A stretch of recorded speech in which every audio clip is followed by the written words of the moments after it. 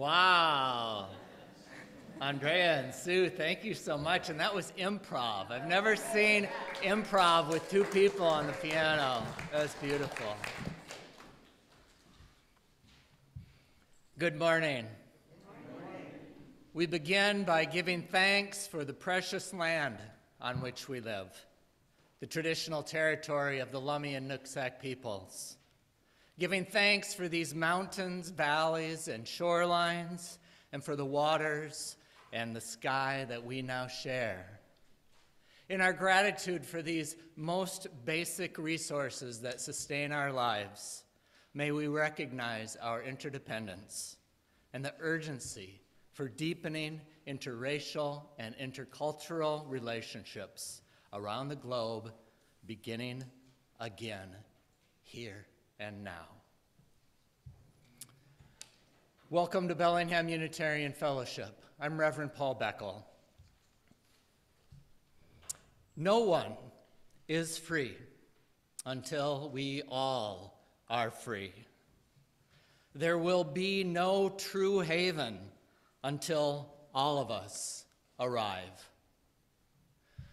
We come together today to remember and to mourn. We come together to defend, to reclaim, and to recommit ourselves to a vision of democratic community with peace, liberty, and justice for all. Our service today will last just 45 minutes, so we can process over to Fouts Park, which is half a block that way, to dedicate a new memorial to George Floyd, a black man who was slowly murdered by police while the world looked on. Let's take this time now to examine again who we are and what in us is harmonious and what is not harmonious with our vision of peace, liberty, and justice for all. Today, Christina Michelle Martins will share with us her perspective on life for Black, Indigenous, and people of color here in Bellingham today. And in the park afterward, we'll hear from Sarah Gammons-Reese, Winter B., and Naomi Gary, all of whom will be cognizant of the weather and grateful for your presence.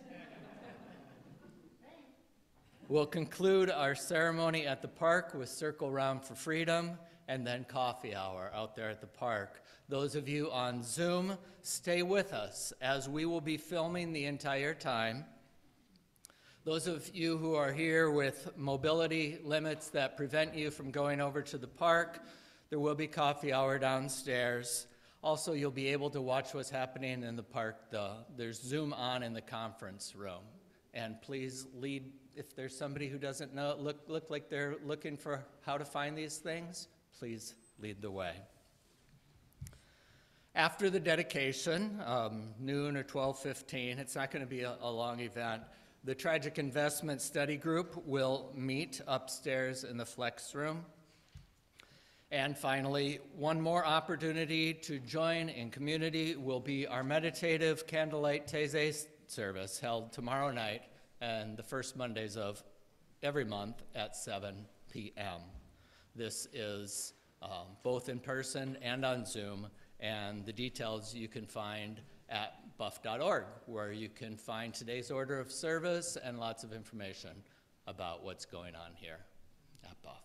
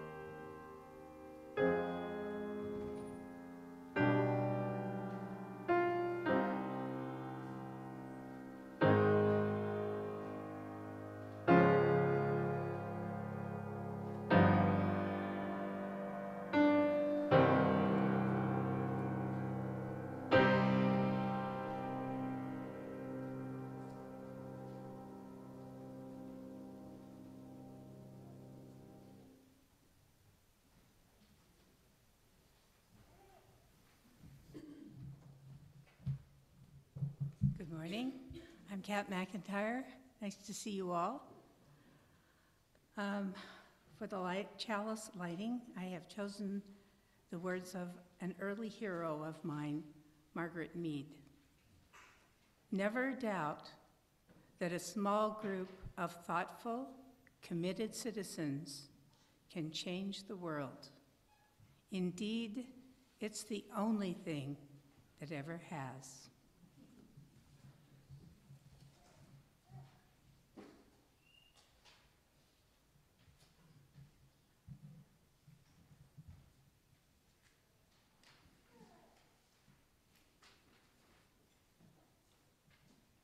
And let's say together our covenant. Love is the spirit of this fellowship, and service gives it life. Celebrating our diversity and joined by a quest for truth, we work for peace and honor all creation. This is our covenant. And let's join together singing number 1028, which is in the teal hymnal. This one, let's stand together. It's number 1028, The Fire of Commitment.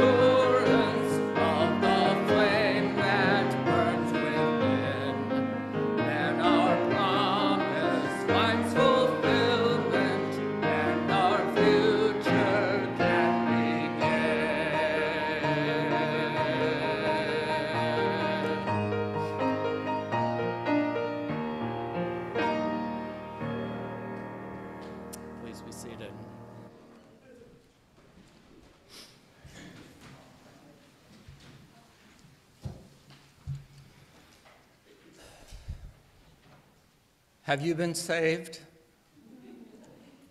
I cannot remember all of the times I've been asked this question.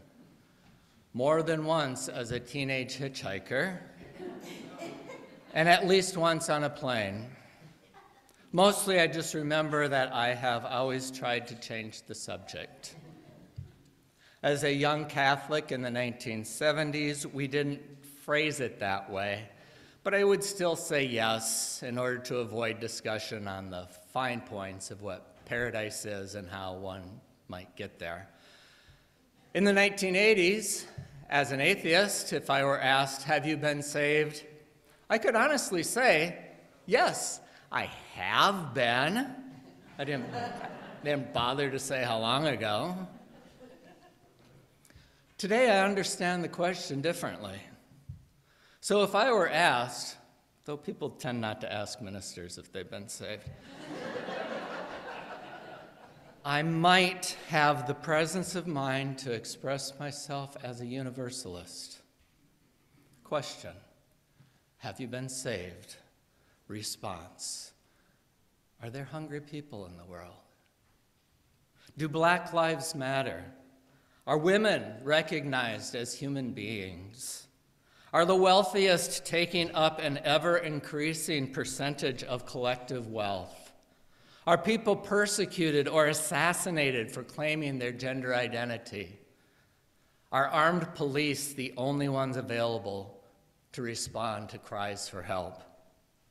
Does the school-to-prison pipeline continue to operate with cruel efficiency? Are election laws designed to promote unequitable representation? Am I complacent with my disproportionate advantages? Today we mark a vicious and willful rebuke of our vision for a world where the inherent worth and dignity of all people is affirmed in love and confirmed in action. We mark another day in this phase of human history, this time of transition from systemic oppression to universal liberation. A time of transition from systemic oppression to universal liberation.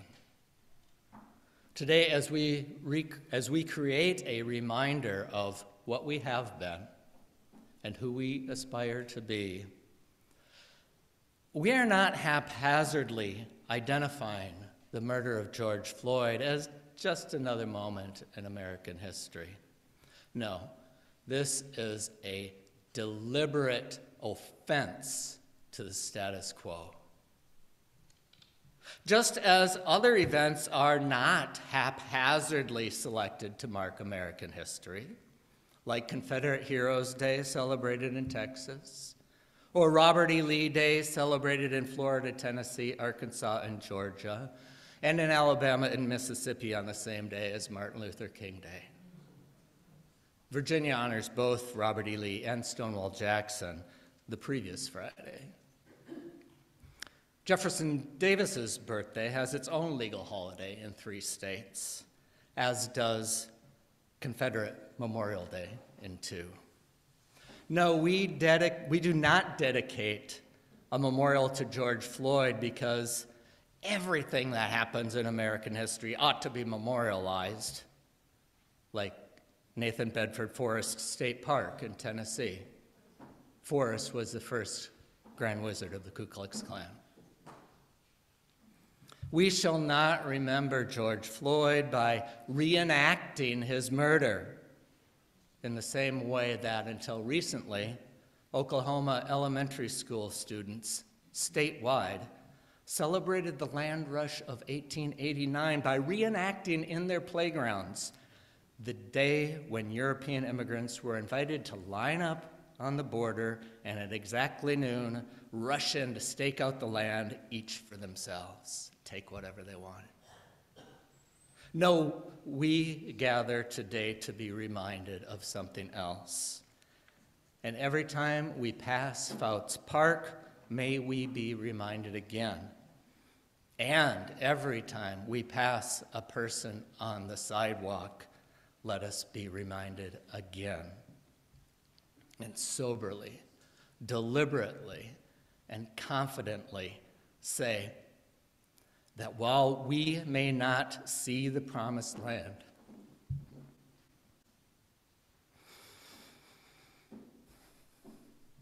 in our lifetimes, because justice anywhere is a threat to justice everywhere.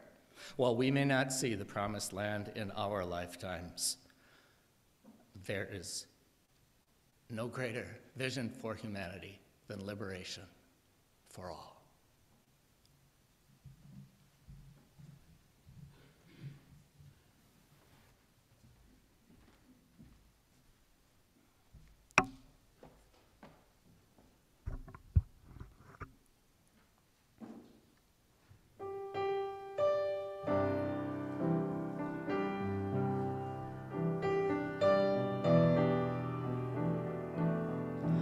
Been riding all my life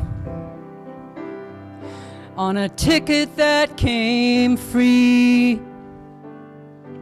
For the color of my skin, it was handed down to me. A front seat with a window and a blindfold not to see. Who was never there, 'cause their fare was never free. I've never been denied a ride because of birth. Have someone else decide in a glance what I'm not worth. I took it all for granted, and those in charge agreed. It was only fair, only some ride free. It's bigger than my ticket. It's more than you and me.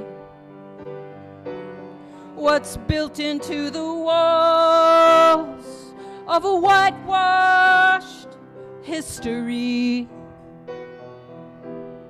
takes courage to uncover my own complicity in riding on my way, while only some ride free.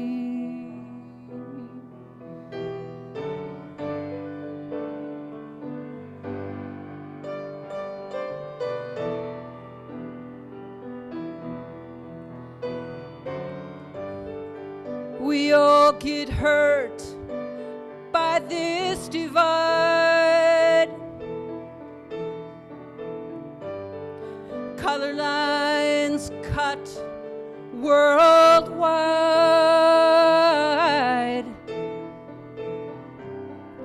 and we need all of us to thrive and arrive. Yes, arrive in our voices and our votes, in our stations and our fares, in our homes and in our schools, and the laws that lead us there, in our dreams for our children. May their way be open wide by a legacy of love, where all of us arrive by a legacy of love, where all of us, all us arrive.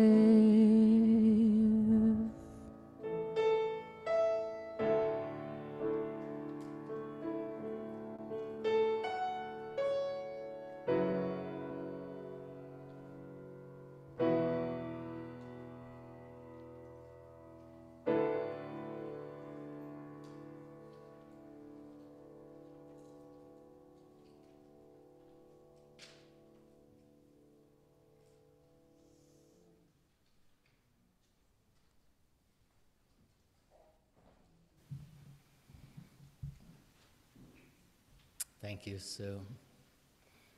And thank you, Christina, for being with us today. Please come up and share your heart.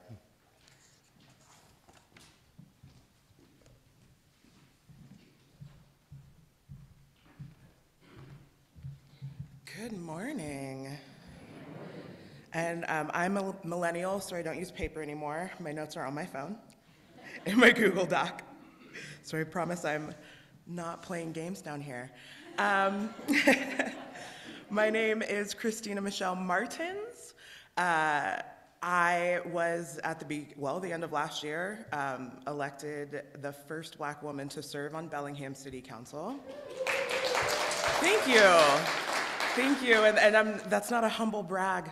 I more just looked around and actually I was told, I feel like a lot of how we go through life, we assume that Martin Luther King Jr., we celebrate his day, we had a Black president, it's going better, right? And all areas of the nation are working it out. So I was shocked when I was told that there had only ever been one person of color on council. That was Roxanne Murphy. In her second term, she was poached by Alaska to become the assistant city manager. And so then we were back to zero. And I had other people come to me and say, you should do this. And I was like, I have no idea how. I wouldn't even know where to start. I have found and keep in my mind at all times, and I share this with a couple of the high schools I work with, if it's not actual rocket science or brain or heart surgery, I think you can figure it out. And so that is a mantra I actually keep with myself, but let me set the stage on what I'm even doing here. I've got this broken down into 5 parts with a couple quotes. The first one is from Bell Hooks, and this is not me scolding you, but please don't take my story and feel like you have heard how oppression works in America. It's just my story. So from Bell Hooks, it is all too often in our society, it is assumed that one can know all there is to know about Black people by merely hearing the life story and opinions of one Black person. I can give you what I have. I actually have lived an amazing life. I'm originally from San Diego, California, San Diego County, as I was raised in Santee. To this day, people that know San Diego, the nickname of the town Santee is Clantee. After the KKK, I went and graduated from Santana High School in 2003, known as Clantana. And if you remember back to your high school days, the football players hung out here, the yearbook staff here, went on lunch break, and all the different sections or groups. We actually had a part of our quad where we took a lunch break where the white power kids hung out. And I just went to school with that every day. I was unfortunately very prepared, and this is not to bum you out. This is just my life experience.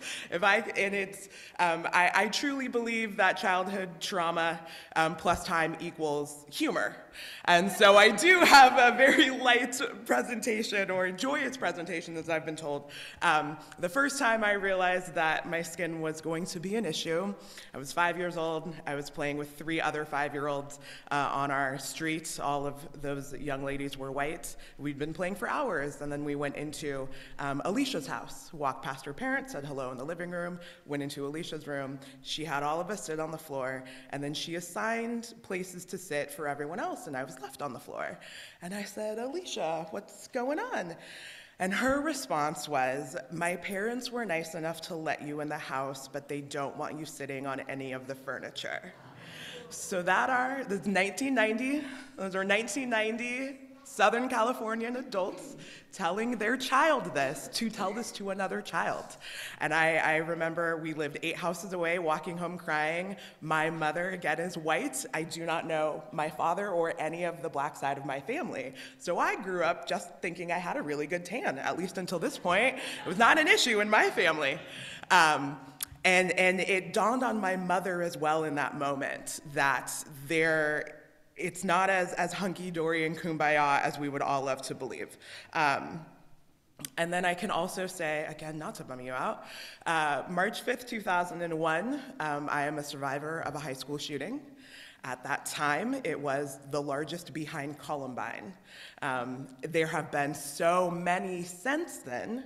It does not even register as a blip on the radar, but I carry all 4 hours of being in lockdown every day with me, and am re-traumatized every time it happens in the news again and it's speeding up, which is horrifying.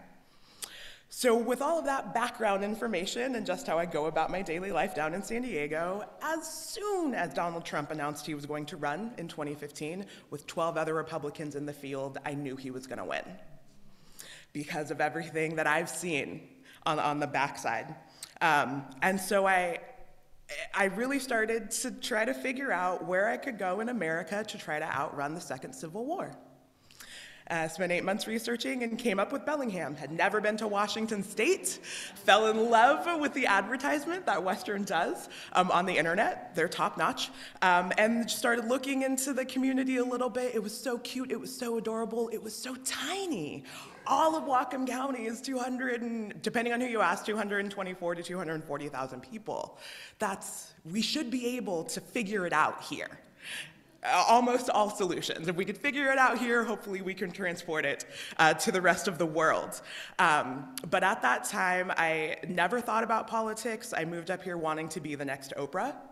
I wanted to be, because I remember seeing her on television and seeing a black woman in charge of something, and that was very rare, late 80s to the mid 90s, unless it was a perfectly formed household like The Cosby Show or Family Matters, the 2 shows with black people that we had in the early 90s. And the way that Oprah just, I feel like not even opened doors, but created new pathways was utterly inspiring. And I wanted to be able to leave that to the next generation.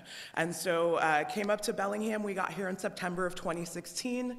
My first job was at Skylarks in Fairhaven bartending. Obviously, I stand out. So a lot of people, a lot of regulars were like, what are you doing here? And here I am in September and October of 2016 saying Donald Trump is gonna win, batten down the hatches. Not a single person believed me. And then they were shocked when I was right. And so now a lot of people are looking at me going, okay, what do we do now? And I was like, I don't know, I'm just gonna kind of try to keep being an example of how you could lead your life, how you could contribute, how you could give back. So I started a singing competition to bring the community together, got a couple radio shows, and was just volunteering everywhere that I could. And life was going great. I was actually a real estate agent at the time as well, and business was picking up. And then I actively remember hearing a news report on NPR in December of 2019 saying that manufacturing in China is really slowing down because of this cold. And I was actually on my way to film the last episode we ever got to film of Bellingham Tonight, thinking, and in the back of my mind I was like, I think this is gonna be much bigger than at least the American news is portraying it en masse, and it definitely was. It was COVID.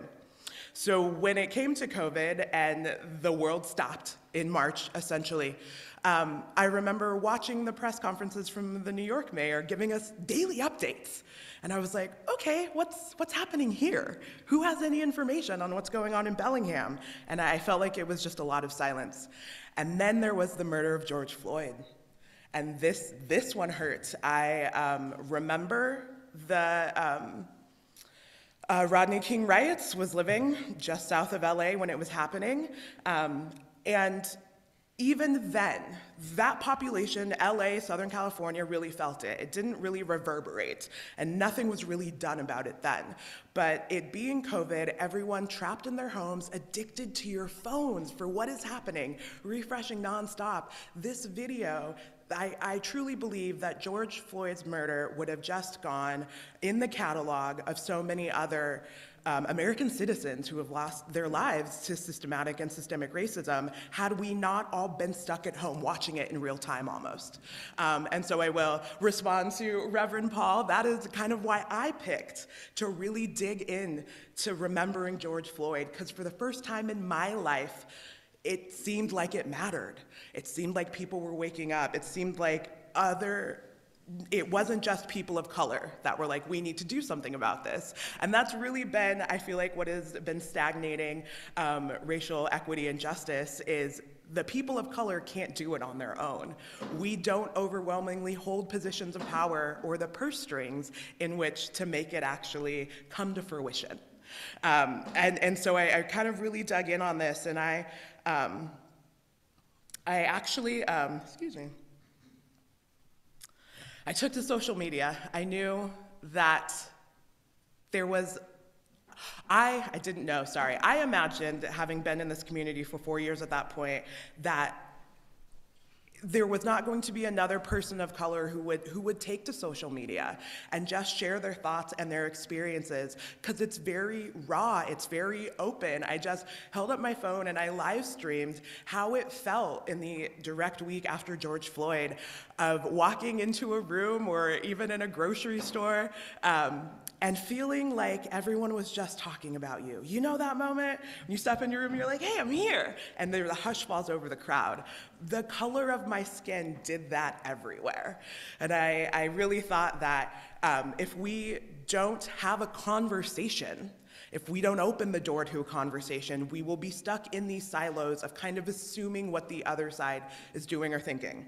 That coupled with having a meeting with April Barker, who I love and adore, and her telling me, giving me a secret to some of the sauce, that if you want any government, especially a local government, to take something seriously and actually decide that they want to solve it, you have to have them declare it as an issue. So I had that meeting with April in June of 2020.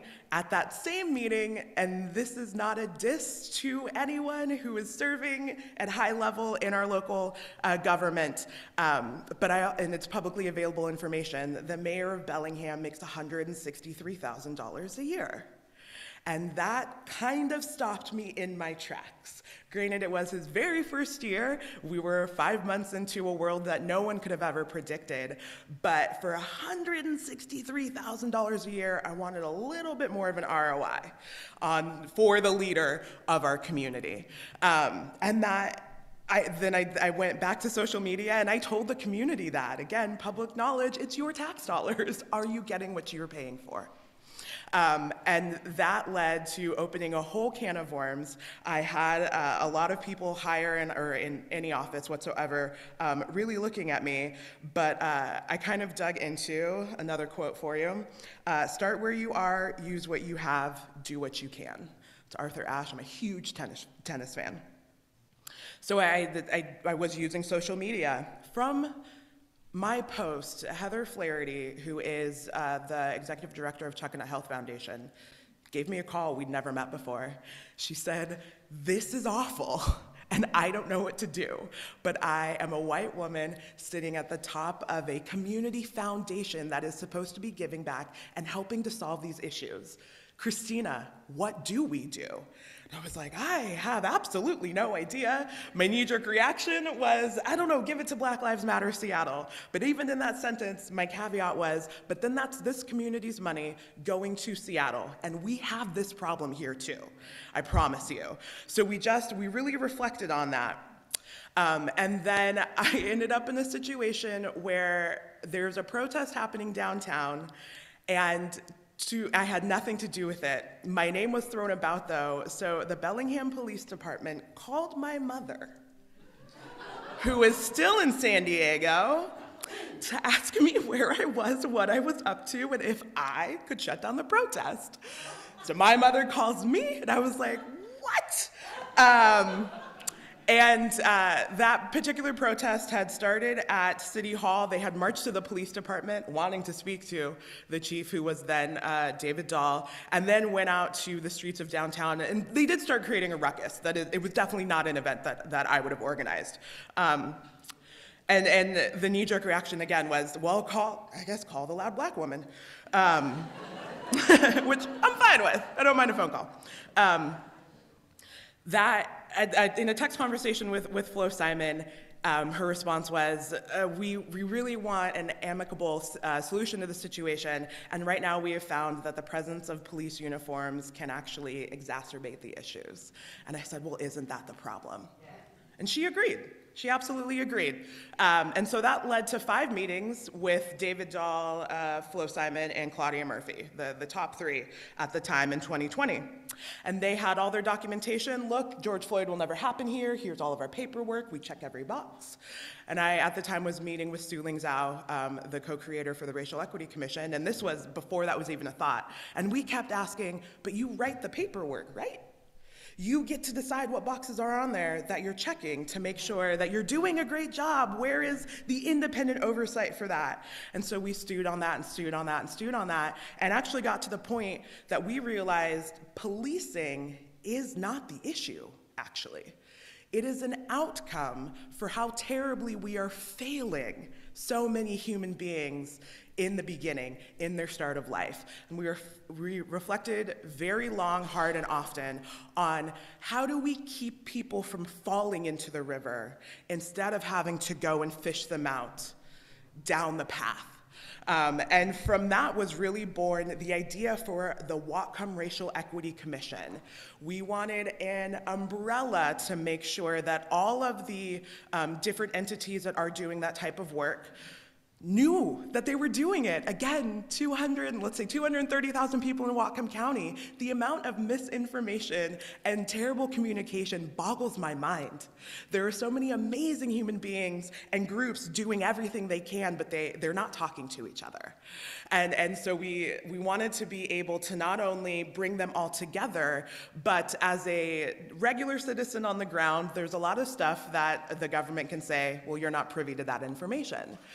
But because we built a commission, which was very much modeled after the DV Commission, the Domestic Violence Commission, we were able to look and say, hey, look, you already have one of these, and it's working pretty well. So now we just want to do it for racial equity. And you know what you already did? You declared racism a health crisis in the end of 2020, which was orchestrated by myself and Su Ling Zhao with the help of Heather Flaherty and April Barker to really put everything in line. So we're like, we kind of got you. Now you've really got to invest in it. And I've got one real stat. So let's go with 224,000 people in Whatcom County. All of BIPOC, which are Black, Indigenous, and people of color, make up only 14%. Of that, Black people only make up 1.3%, and so on any given day in all of Whatcom County, there are only 2,912 Black people. And look back at the history of Whatcom County, the Pacific Northwest in general. It was born out of white flight. It was very much established by the KKK, which is something that not a lot of people talk about now, but we're living with those repercussions.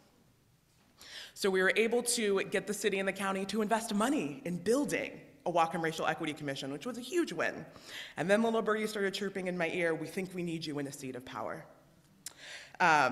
And then I ran and I won, and it was exhausting and terrifying, and still had no idea what I was going to do. My next quote is from Dr. Reverend Martin Luther King Jr., "Faith is taking the first step even when you don't see the whole staircase."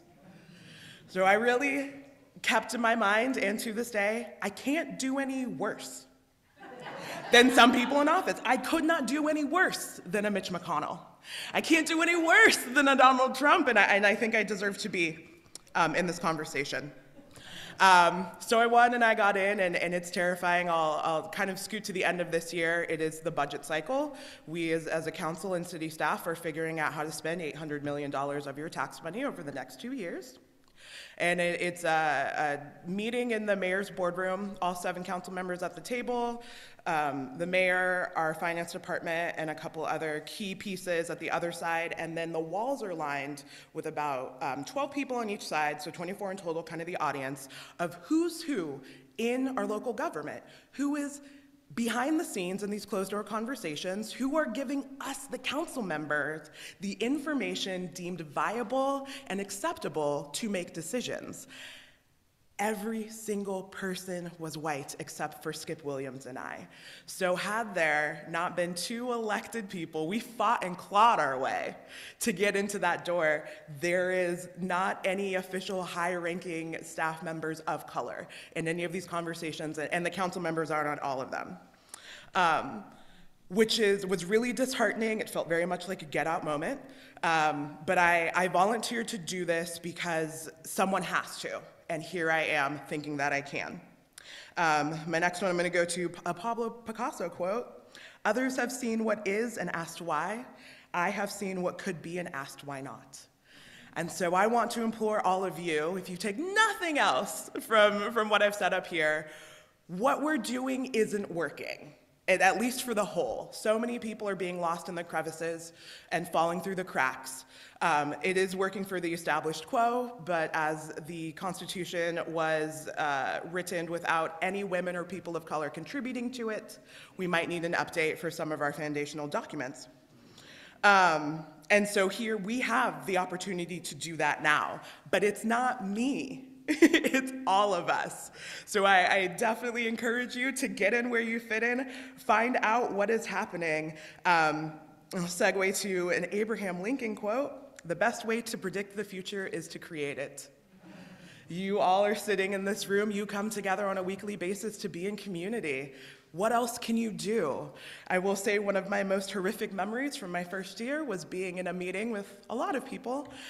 This is not me trying to throw him under the bus, but it is something that he said, one of the port commissioners, Ken Bell, as we were getting the Racial Equity Commission to the finish line. He said, "I sit on 3 housing commissions and nothing is getting done in any of those rooms. What makes you all think your commission will be different?" And that one stopped me in my tracks. You sit on 3? You've held this position for how long? You go on the campaign trail and say you're actively working on it, but pulling the curtain back, nothing is getting done. And I've seen that in a lot of the boards and commissions I get invited to a lot and I sit in. What is actually getting done? If you're serving on any, are you making any headway? Are you making a difference? Or is it something that you're just checking off on your own personal list? I sat in on the 2-hour Zoom, we talked about it, we agreed there was an issue. We're done, right? Someone else will fix it. We are running out of time for everything. I hope you all can help me fix it. And I had so much more to say. I'm gonna wrap it up right now. 20 minutes seems so long, and then I write it all down. I will say from sitting in on everything, the largest piece that is missing is mental health care. I've been on a hot ride along. I served a shift at the jail. I spent 6 hours there just this past week, actually, following 3 different deputies. Inmates actually love the staff at our jail. They say the building is the worst in all of Washington State, but the deputies that are there are some of the nicest and most compassionate. So I will go out here and say publicly, we do need a new jail. Absolutely. How we are keeping people right now is completely inhumane. You will hear the jail statistics that the average stay in the Whatcom County Jail are 14 days. I, however, saw lists of people who are 100, 200, 400, 5 people that were 500 days plus. And when you are in jail, you never go outside. There is no rec. It's actually prisons. You get used to a schedule, you're out in the yard, you're very much institutionalized, and it's much easier to adapt to. If you're in jail, you most oftentimes have not even been sentenced yet. So you're just in a holding pattern. And of the 500-day plus inmates, which is, I would love any weigh-in on a term that's different from inmate, because to me it sounds like you're already guilty, and that's not true in some cases. To have people stuck in there for 500 days without feeling the sunshine on your face, without a breath of fresh air. Of course, that's going to help contribute to any other mental incapacities you're already, and demons you're already fighting. So we have to figure out how to do it better. And I will say that technically as a city council member, all city council members, you are our bosses. So you need to pay attention to what council members are deciding, what they're saying, what they see is important. And then when it comes to who is the boss of department heads, that is the mayor. So if you don't like what the Public Works is doing or the Parks and Rec is doing, City Council really doesn't have any control over that. You need to pay attention to who the mayor finds value in, and I'm not saying that any of our department heads are doing a terrible job. That is really up for you to decide.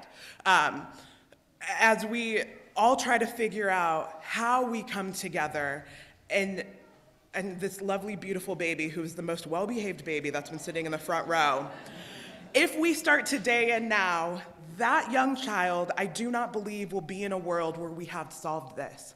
But my goal is for that child's children to not have to deal with it again. So please stand up, get involved, make sure where you're pouring your time and heart is actually contributing to solutions. Otherwise, you're kind of just still the problem, and I'm so sorry about that.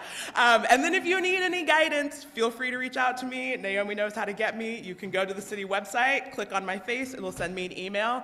I'll sit down with you. I'll figure out where your power lies, how you can contribute to the solution, and then we can finally be working together. And I will quote Kat McIntyre, you stole my absolute thunder.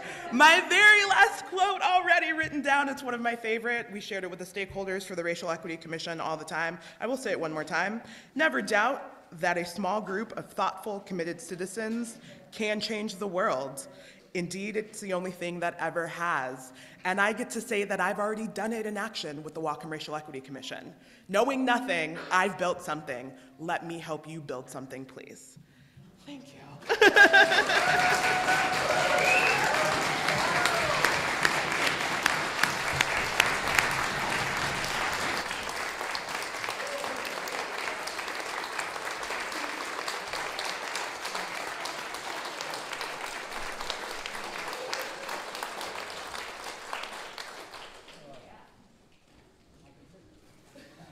Thank you so much for the inspiration, Christina. One small thing that we do, one of many things that we do, is contribute financially to the causes that we believe will lead to justice in this world. Buff is just one of many who ask you for financial support. We humbly ask you now to help us further our programs, just until you walk out that door and take the next step. So will the ushers come forward?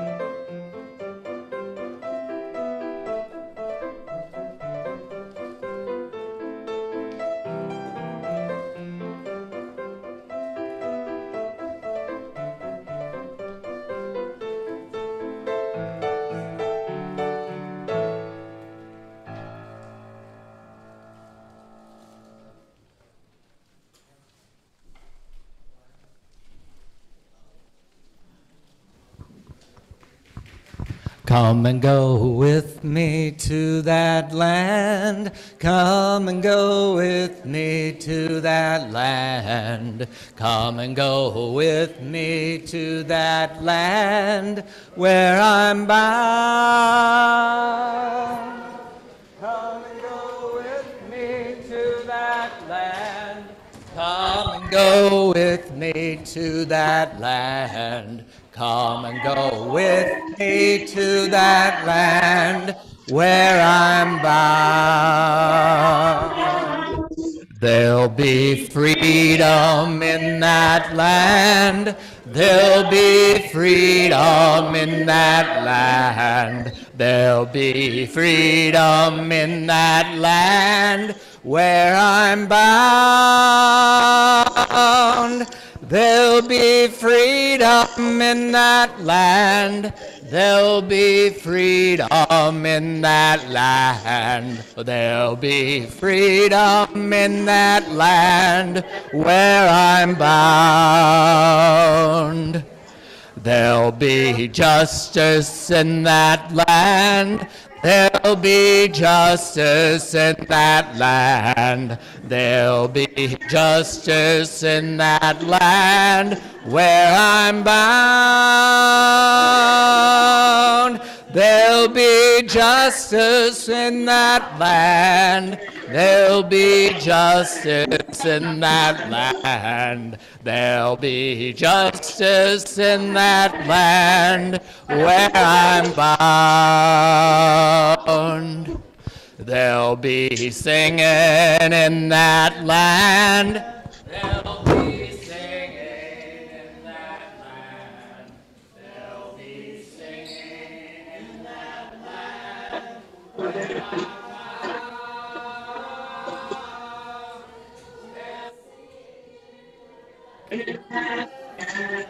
There'll be singing in that land. There'll be singing in that land where I'm bound.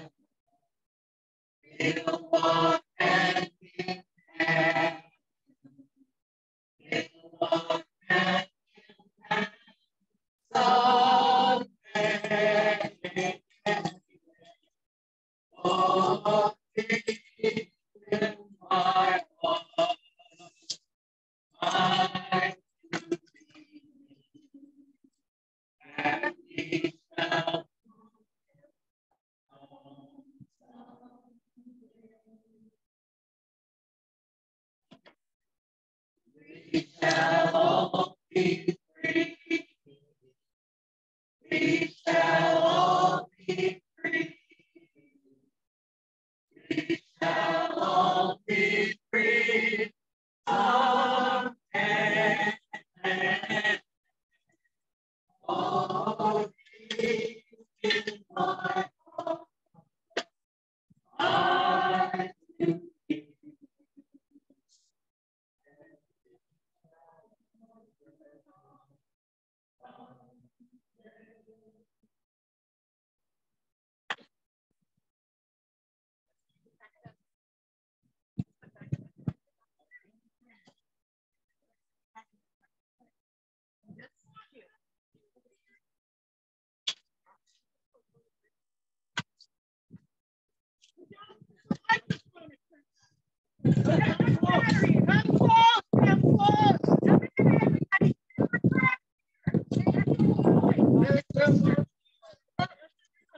Not everybody comes out of town and okay. And welcome all of you today. I am a sister Ministry Action and that's I from San Diego. So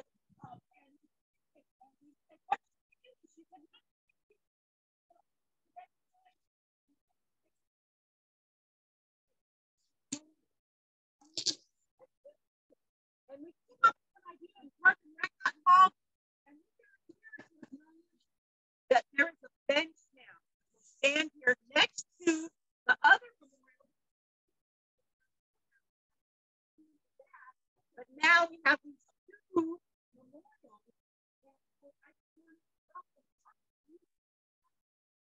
And so I want my all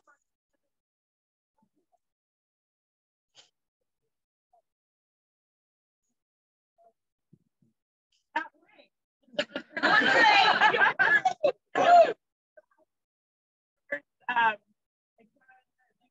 Woman in America.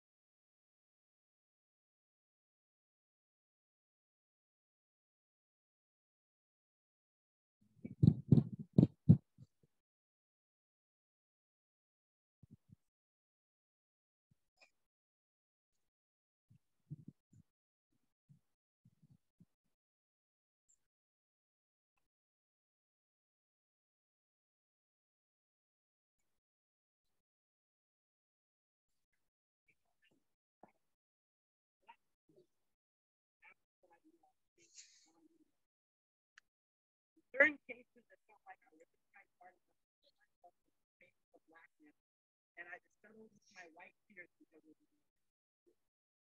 I didn't really know, I still don't know how to deal with this. I thought the source of this loneliness was coming from being only looking for black faces. Right there.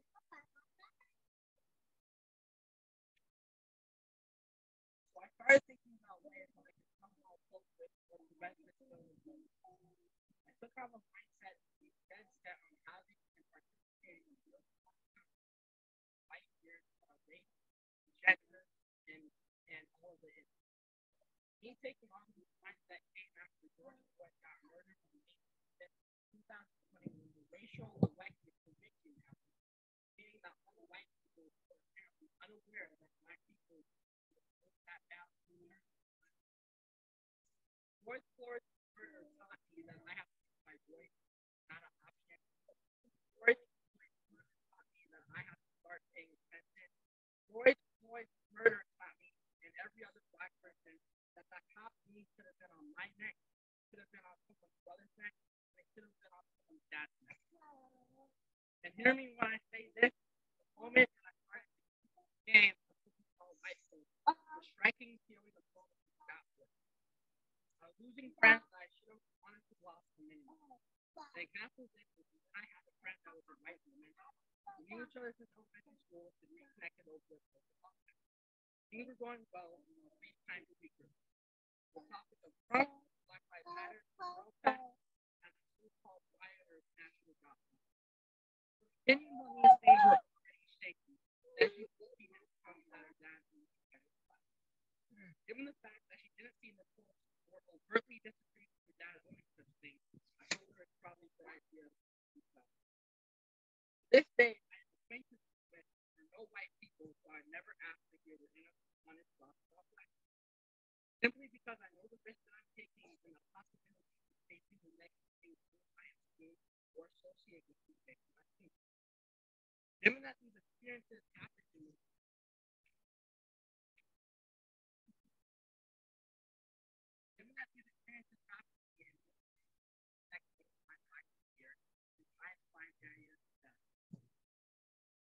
I still don't think I've really found my people, but every day I'm itching closer. Thank you so much and have a good day. All right.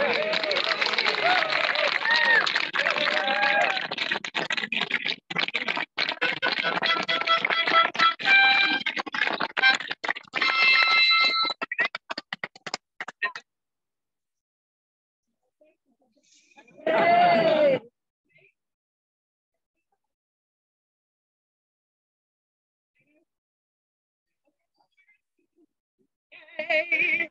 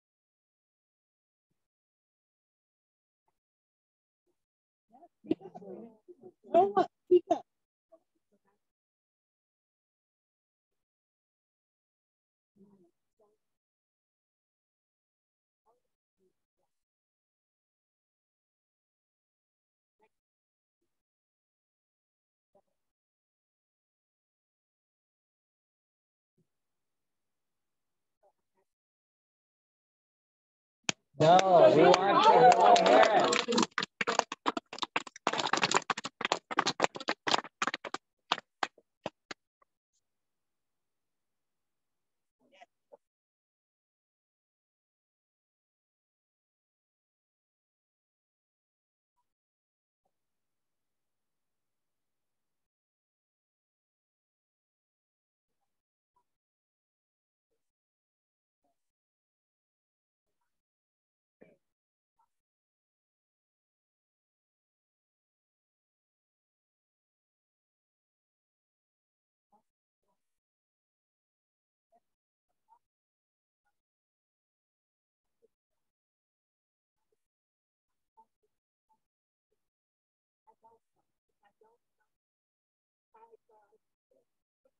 so much. But I don't know how to